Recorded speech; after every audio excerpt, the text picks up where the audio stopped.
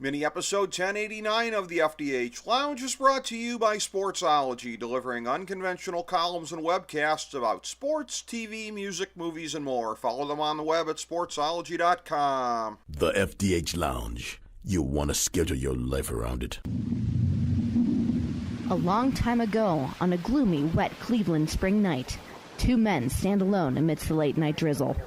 Their voices echo across the vacant station parking lot as they debate the merits of the great American radio show that have been missing for far too long. On that night, an idea was born. That idea became the FDH Lounge.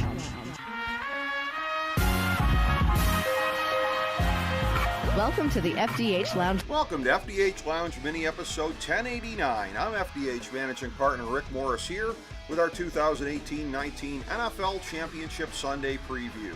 Last week we went 2-2, sweeping on Saturday and dumping both on Sunday, bringing us to 124, 128, and 9 on the season.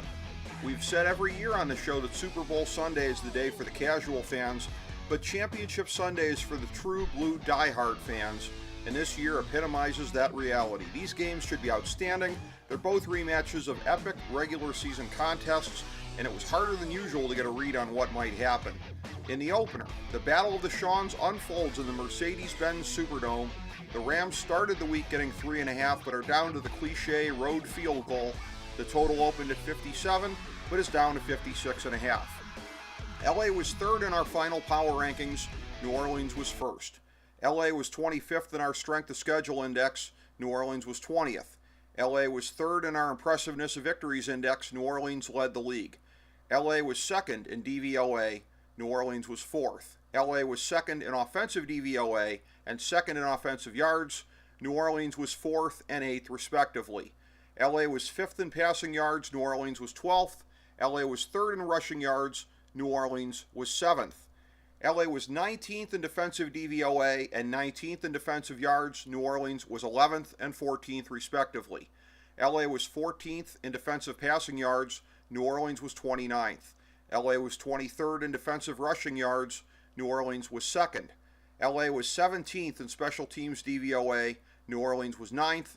In our overall team UQB rankings, LA was third and New Orleans was first. In such a closely matched contest, player availability could be a key differential. Aqib Talib missed the regular season matchup but will be vital to the Rams' hopes of slowing down Michael Thomas. Sheldon Rankins, a foundation of the Saints' run-stopping machine, won't be on the field to face what is now a two-headed monster in the form of arguably the game's best back in Todd Gurley and his new partner in crime, C.J. Anderson.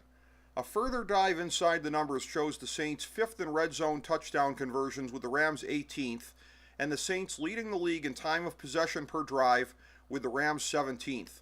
But that last number might be a double-edged sword for New Orleans, who in addition to losing Rankins last week, looked vulnerable on the offensive line with injured players not at full capacity. LA is better on the trenches at both sides of the ball, and adding the power running of Anderson should offset having to go on the road and Jared Goff's slight cooling off in the second half of the season. Rarely have we agonized over a pick so much, going back and forth several times this week, but the final call will be the Rams, 27-24, pairing them with the under. The nightcap will be something special as well, as the football crazy town of Kansas City gets to see their Chiefs hosting an AFC title game for the first time ever. They're also laying the cliche home field goal after opening at 2.5.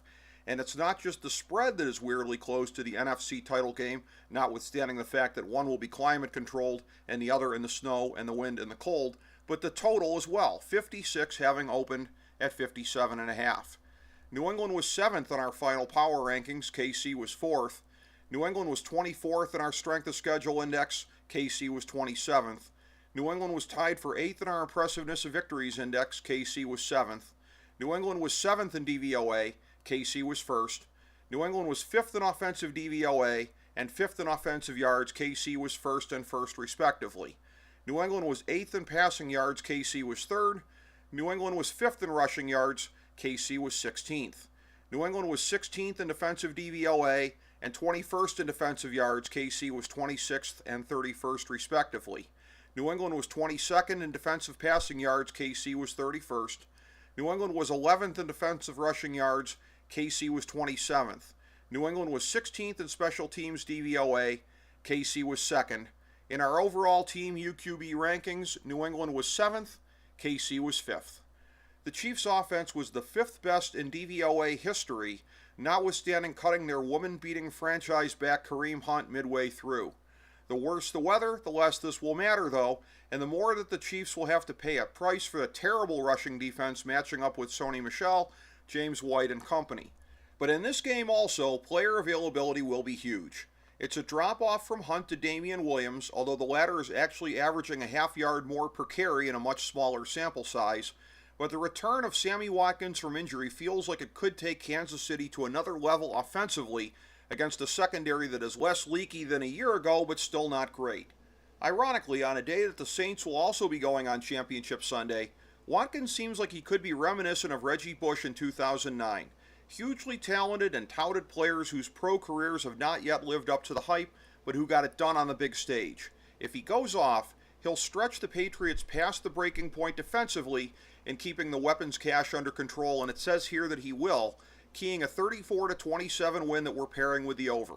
Enjoy one of the most sublime days of the year for a sports fan, and thank you for tuning in to this mini episode of the FDH Lounge. As we bring the show to a close, we would like to extend our deepest gratitude to NBC, CBS, ABC, Fox, all Clear Channel affiliates, TNT, TBS, USA, UPN, Deadspin.com, YouTube.com, YTMND.com, MySpace.com, various blogs, Fox News, CNN, CNBC, MSNBC, IamBoard.com, Billboard.com, Google.com, ESPN, ESPN2, ESPN News, ESPN Classic, NBA TV, NFL Network, Sports Time Ohio, Athlon Magazine, Comedy Central, Cartoon Network, The Boomerang Channel, QVC, BET, The Spice Channel, Steno Notebooks, Manwich, Papermate Office Supplies, waitresses, strippers, bartenders, garbage men, janitors, microwave popcorn, the writers of The Office, Scrubs, Entourage, My Name is Earl, Oz, Metalocalypse and the Boondocks, Aquafina, and the periodic table of elements.